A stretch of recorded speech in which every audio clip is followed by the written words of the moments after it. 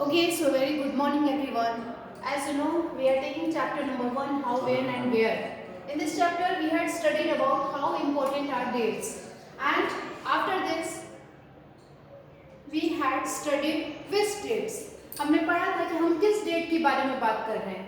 क्या ये वो डेट्स हैं जो गवर्नर जनरल एंड वायसराय के अराउंड जो पूरी अचीवमेंट्स है, जो पूरी उनकी कंट्रीब्यूशन है, कंट्रीब्यूशन नहीं कहेंगे, जो भी उनकी अचीवमेंट्स है, क्या ये सिर्फ उसके लिए वो वाली डेट्स इंपॉर्टेंट है हिस्टोरियंस के लिए, या फिर वो डेट्स भी इंपॉर्टेंट है जो कॉमन पीपल, जो ऑर्डिनरी पीपल के लिए उनकी जो डे टू डे एक्टिविटीज हैं, उनकी जो स्टोरीज है हिस्ट्री में, वो सब चीजें भी उतनी ही मायने रखती हैं. समझे? तो फिर इसमें विच डेट्स में हमने ये सब चीजें देखी थी. आगे है हाउ डू वी पीरियडाइज. तो आपको you already know that James मिल जो थे, ये जेम्स मिल ने इन्होंने हिस्ट्री को पीरियडाइज करने के लिए क्या किया था कि इन्होंने हिस्ट्री को, इंडियन हिस्ट्री को थ्री पीरियड्स में डिवाइड कर दिया था, हिंदू, मुस्लिम एंड ब्रिटिश. और इस पीरियडाइजेशन को वाइड लेवल पे एक्सेप्ट भी किया गया था.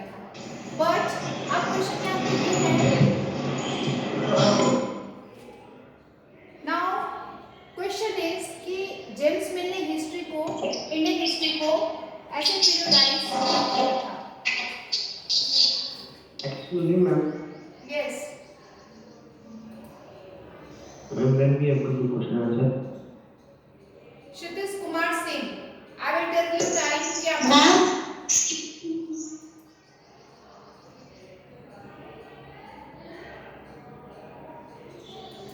Okay, Excuse me, ma'am. ma'am. I will give you time for asking your questions or doubts. Right now I will tell you the chapter and मैं अभी आपको चैप्टर्स क्लियर करूंगी, चैप्टर को क्लियर करूंगी, फिर मैं आपको टाइम दूंगी. उस टाइम में आप मुझसे जितने चाहे क्वेश्चंस करेंगे. I will take your questions. So focus on your today's class. ठीक है? अब देखो, पीरियडाइज करने के लिए जेम्स मिल ने, हमने देख लिया कि जेम्स मिल ने डिवाइड कर दिया था इंडियन हिस्ट्री को. तो पीरियडाइज तो उन्होंने कर दिया. अब क्वेश्चन ये है कि ये पीरियडाइजेशन बाकी हिस्टोरियंस ने कैसे किया था. तो जो दूसरे हिस्टोरियंस थे उन्होंने हमारी हिस्ट्री को, ठीक है, उन्होंने एंशिएंट, मेडिवल एंड मॉडर्न इन तीनों में पीरियडाइज कर दिया था. आपसे एक क्वेश्चन पूछा जाएगा कि why there is a need of periodisation in history.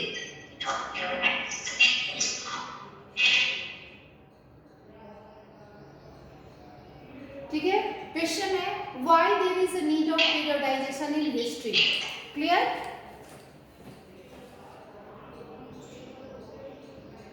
Now your And what the question? why there is a need of periodization in history. History को पीरियडाइज में डिवाइड करने की क्या जरूरत है? ठीक है, ये आपका क्वेश्चन है.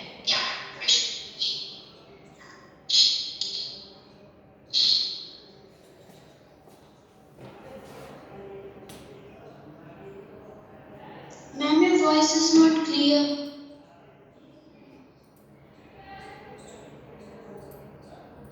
Not clear. Then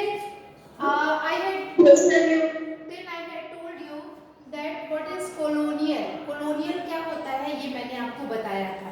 ठीक है, colonial means when the subjugation of one country by another country. किसी एक देश का दूसरे देश पे कंट्रोल होता है एंड वहाँ की social, economic, cultural. Excuse me, ma'am. Yes yes बोलो. Ma'am, your voice is not clear.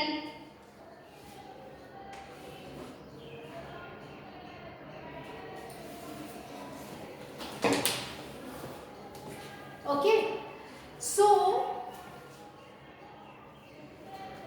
हाँ, अभी नेक्स्ट जो हमारा, देखो कॉलोनियल जो टर्म था इसको तो समझ चुके थे. कॉलोनियल क्या था, ठीक है. इसमें आप पढ़ोगे कि लिखा है कि when the British came to conquer the country they establish their rule subjugating local nawabs and raja. उन्होंने यहाँ के जो लोकल नवाब्स और राजा थे उन पर अपना कंट्रोल बना लिया था. कंट्रोल बना के वो जैसा चाहे वैसा उनसे काम करवाते थे. तो यही तो हुआ सब्जुगेशन. यही तो हुआ कि कंट्री अपने हिसाब से काम नहीं कर रही है, ब्रिटिश पावर उनको अपने हिसाब से मोल्ड कर रही है. This is colonial. तो इंडिया क्या था? In the modern period India was a colonial country. Clear? अब एक क्वेश्चन है, हाउ डू वी नो, हमें ये सब कैसे मालूम चला? तो आई हैड ऑलरेडी टोल्ड कि एडमिनिस्ट्रेशन रिसोर्सेज, अब उन एडमिनिस्ट्रेशन रिसोर्सेज में जो ऑफिशियल रिकॉर्ड्स होते थे, that was the most important source to know British modern history. ठीक है, what is the most important source? Official records of the British administration. Clear? Official records क्यों रखा जाने लगा? क्योंकि British believe that writing was, act of writing is very important. If they have any instructions given to the country people, if they have any plan, any policy, decisions, agreement, तो ये सब वो क्या करते थे? पहले उसको अच्छे से लिखते थे, और लिखने के बाद उस पर वही तो जो हमारे मॉडर्न हिस्टोरियंस है, उन्हीं सारे रिटन डॉक्यूमेंट्स को तो वो पढ़े, फिर उस पर डिबेट हुआ, डिबेट होने के बाद वो पूरी की पूरी हिस्ट्री उस पर लिखी गई. ठीक है, ये सब तो हमने पढ़ा था. लेकिन अब क्वेश्चन है कि जो ऑफिशियल रिकॉर्ड्स हैं, वो ऑफिशियल रिकॉर्ड्स की ड्रॉबैक्स क्या थी? ठीक है, लेकिन एक चीज ये देखो कि जो ऑफिशियल रिकॉर्ड्स और जो लेटर्स वगैरह थे, उसको केयरफुली प्रिजर्व करके रखा जाता था. तो कहाँ प्रिजर्व किया जाता था? It was kept in the record room. Record room जो एडमिनिस्ट्रेटिव इंस्टीट्यूशन के आसपास बने होते थे, जहाँ सारे डॉक्यूमेंट्स रखे जाते थे. विलेज तहसीलदार ऑफिस हो, चाहे गांव का तहसीलदार हो, उसका ऑफिस हो, या फिर कलेक्ट्रेट, डिस्ट्रिक्ट में जो कलेक्ट्रेट होते हैं वो हो, या फिर किसी कमिश्नर की ऑफिस हो, प्रोविंशियल सेक्रेटरीट्स हो, या फिर कोर्ट्स हो, उन सब के आसपास अपने एक रिकॉर्ड रूम होते थे, जिसमें वो सारे डॉक्यूमेंट्स, ऑफिशियल रिकॉर्ड्स ब्रिटिश के रखे जाते थे. इसके अलावा, इन सब के अलावा, एक तो पहला पॉइंट ये बना. सेकेंड पॉइंट कि जो स्पेशलाइज्ड इंस्टीट्यूशंस भी बने थे, जैसे archives and museums. This were also established to preserve important records. Clear? ठीक है, तो ये हम लोग भी क्या पढ़ रहे हैं कि how do we know about the modern history. ठीक है, इसके अलावा third point, letters and memos that move from one branch of the administration to another. ये लेटर्स और मेमोज भी, ये सब भी रखा जाता था. ठीक है, तो आप ये देखोगे अभी जब आप रिपोर्ट पढ़ोगे डिस्ट्रिक्ट ऑफिशियल्स के, कि वो लोग क्या चाहते थे, कैसे इंस्ट्रक्शंस देते थे, जब उनके ऊपर से दूसरे ऑफिसर्स उनको इंस्ट्रक्ट करते थे, तो वो हमारे देश के लोगों को डिस्ट्रिक्ट में किस तरह से लोगों को इंफॉर्मेशन देते थे, कैसे लोगों को इंस्ट्रक्ट करते थे. ठीक है ना? तो ये 19th सेंचुरी के स्टार्टिंग में ये जितने भी डॉक्यूमेंट्स थे, उनको कॉपीड किया जाता था. किसके द्वारा? कैलीग्राफिस्ट के द्वारा. क्वेश्चन इज, कैलीग्राफिस्ट किसको कहते हैं? One who copied very beautifully of original document, that is known as, they are known as calligraphist. जो बहुत सुंदर लिखते हैं, या फिर जो कॉपी करते हैं, जिनकी art of beautiful hand writing. तो यही लोग 19th सेंचुरी में सारे डॉक्यूमेंट्स की कॉपीज किया करते थे. और फिर आपको तो पता ही है कि प्रिंटिंग प्रेस आ गया था मेडिवल पीरियड में ही. तो 19th सेंचुरी के मिडिल में जब प्रिंटिंग प्रेस बहुत तेजी से फैलने लगा था, तो अब क्या हुआ था कि सारे रिकॉर्ड्स जो थे, पहले तो कैलीग्राफिस्ट कॉपी करते थे, अब वो सारे गवर्नमेंट डिपार्टमेंट्स में ये सारे रिकॉर्ड्स जो थे वो भर भर के रखे जाने लगे. नेशनल आर्काइव्स ऑफ इंडिया, अब हमारे देश का ये नेशनल आर्काइव्स है, 1920 में बना था. देख रहे हो ना? ठीक है, when new Delhi was built, जब न्यू दिल्ली बनी थी, तो नेशनल म्यूजियम, नेशनल आर्काइव्स, ये दोनों के दोनों वायसराय पैलेस के बगल में इनको बनाया गया था. आर्काइव्स क्या है? Archives are the place where the documents are kept. ठीक है, this is a place where documents kept. तो ये इस तरह के कीवर्ड्स जो हैं इम्पोर्टेंट है, आप इसका ध्यान रखना. ठीक है, वेयर डॉक्यूमेंट्स आर केप्ट. अब survey become important. Survey important है. सर्विस इम्पोर्टेंट क्यों है? ये पिक्चर जो है, दिस इज फिगर 5 है. ये पिक्चर क्या बताता है? तो देखो बेटा, मैंने बताया था कि a lot of very different kinds of service are done by the British officials. वो लोग कहते थे कि अपने देश, इस देश पे अगर रूल करना है तो इस देश को अच्छे से समझना बहुत ज़रूरी है। देश को अच्छे से समझने के लिए किस चीज़ की ज़रूरत है, सर्वे कराना पड़ेगा। सर्वे कैसे होगा, कैसे होगा सर्वे? देखो, British believe that a country had to be properly known before it could be effectively administered. देश में अच्छे से एडमिनिस्टर करना है, इफेक्टिवली एडमिनिस्टर करना है, तो इस पर क्या करो, पहले यहाँ के बारे में अच्छे से जान लो। तभी डिटेल्ड सर्वे शुरू होती है, चाहे वो मैप से कराए, पूरी कंट्री का मैप उन्होंने तैयार कर लिया। विलेजेस में मैंने आपको बताया था रेवेन्यू सर्विस, गांव में रेवेन्यू सर्विस कराते थे, ठीक है। वो रेवेन्यू सर्विस कैसे होता था कि जो वहाँ की टोपोग्राफी थी, टोपोग्राफी समझते हो ना, जो वहाँ की लैंड थी, वो लैंड कैसी है, माउंटेन है, डेजर्ट एरिया है, प्लेन एरिया है, रिवर एरिया है, कोस्टल एरियाज है, वहाँ की टोपोग्राफी कैसी है, वहाँ की soil quality, flora and fauna, वहाँ की लोकल हिस्ट्रीज क्या है, क्रॉपिंग पैटर्न कैसा है, ये सारी चीज़ें वो सर्विस में कराते थे।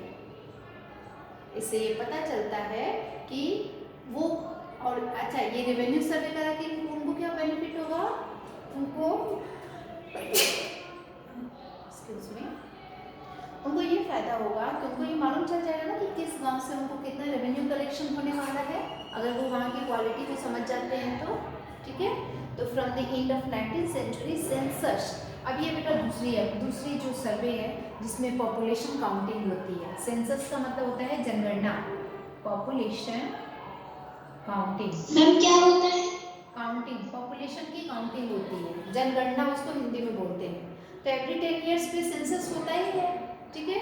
तब उन्होंने क्या किया कि इंडिया के बहुत सारे प्रोविंसेस में, प्रोविंसेस मतलब स्टेट्स में, ठीक है, वो सारी स्टेट्स का उन्होंने पॉपुलेशन सेंसस शुरू करा दिया, जिसमें उनको ये मालूम चला कि यहाँ पे इतने कास्ट हैं, इतने रिलीजन्स हैं, इतने सारे डिफरेंट ऑक्यूपेशंस लोग यहाँ पे करते हैं।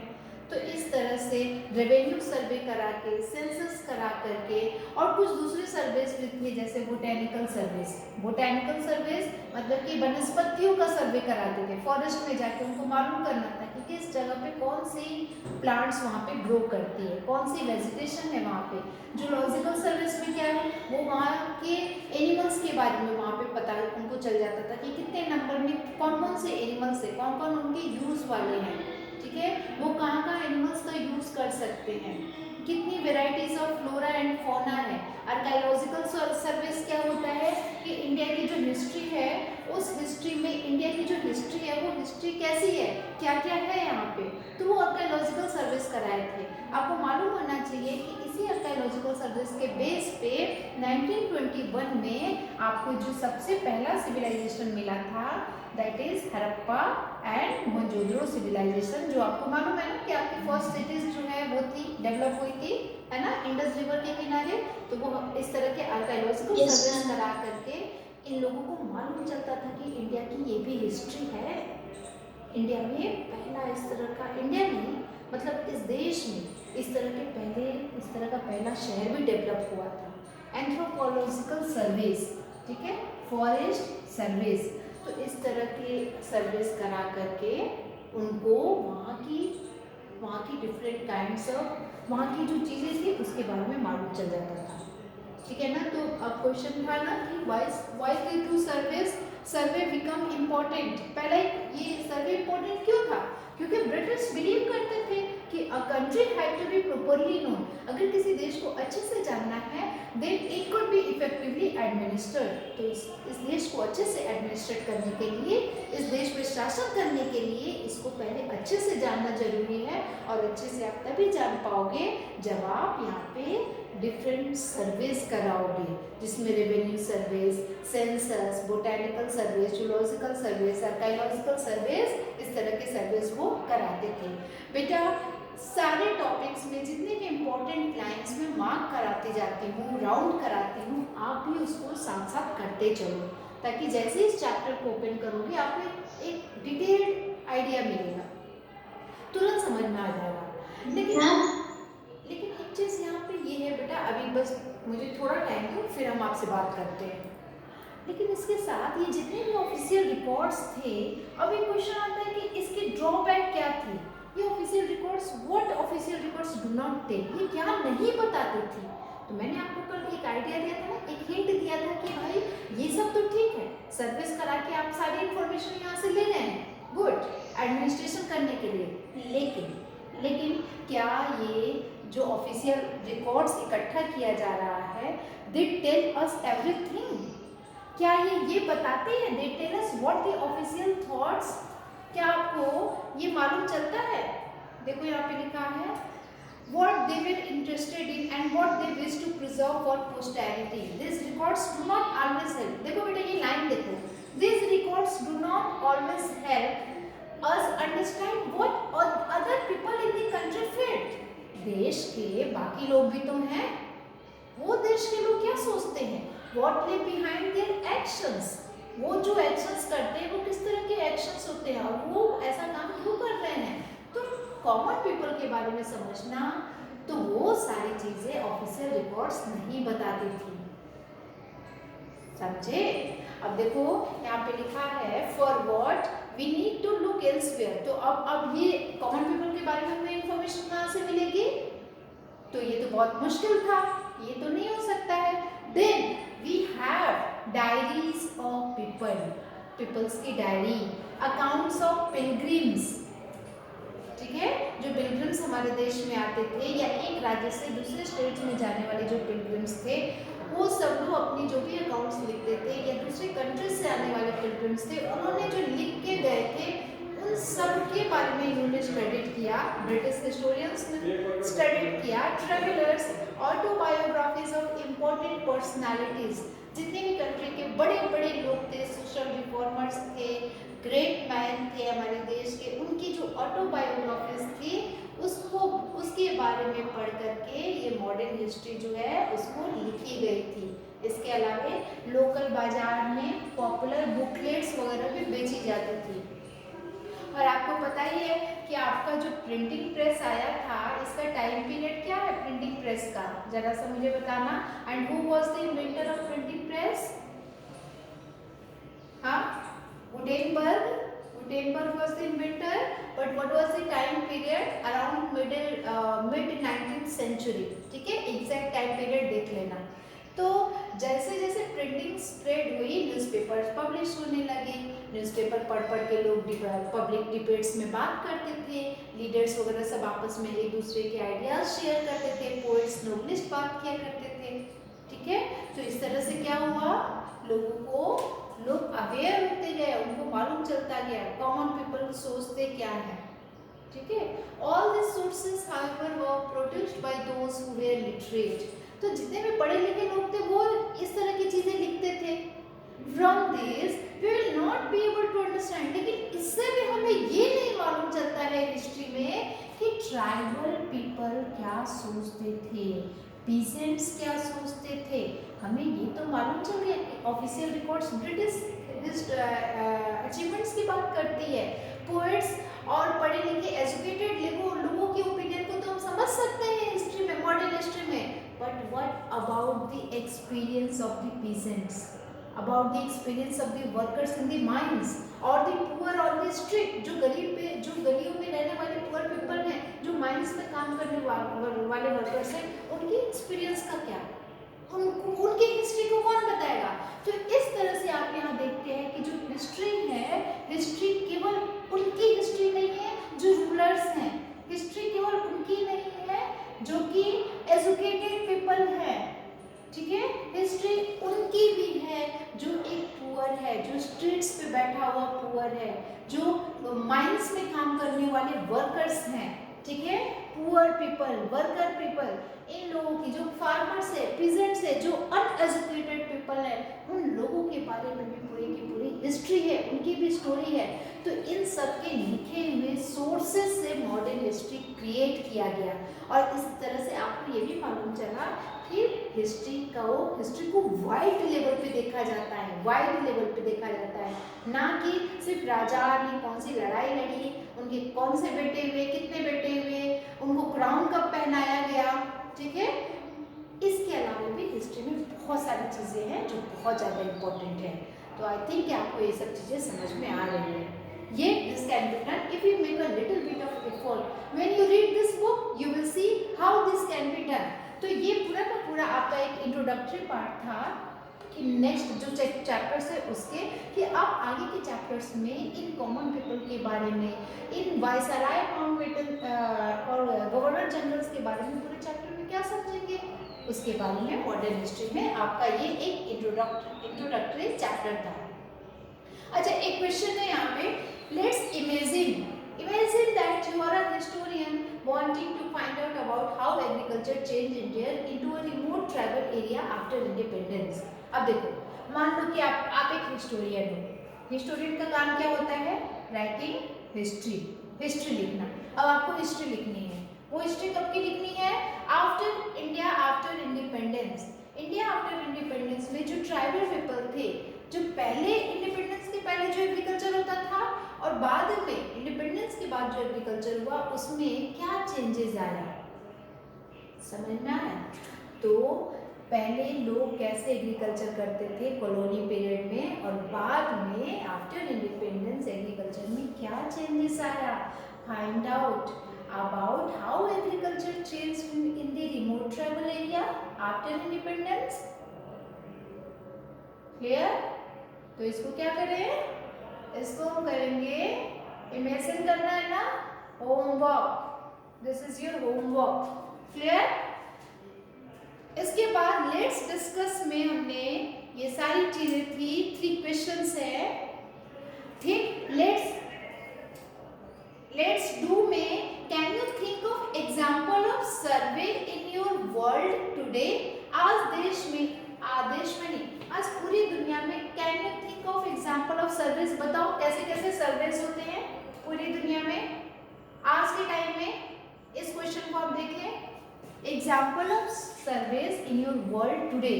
Think about how top companies get information. जो बड़ी बड़ी कंपनियां हैं उनको इंफॉर्मेशन कहाँ से मिलती है? जो एम्प्लॉयमेंट देती हैं, लोगों को इतना काम मिलता है, तो वो भी तो सर्विस कंडक्ट कराती हैं बड़ी बड़ी कंपनियां, है ना। About what young people enjoy playing with, और how the government find out about the number of young people. Government को कैसे पता चलता है कि कितने स्कूल में कितने बच्चे हैं? तो क्या इसका सर्वे होता है? यानी कि सर्वे एजुकेशन में होता है, सर्वे बिजनेस में होता है ना। तो इस तरह की सर्विस तो आज भी कंडक्ट होती हैं। What can be students derive from such service. तो अगर आप एक हिस्टोरियन हो तो आप इस तरह की सर्विस से क्या पता कर सकते हो, ठीक है। So this is all about the class. Now your time. अब आप बताएं।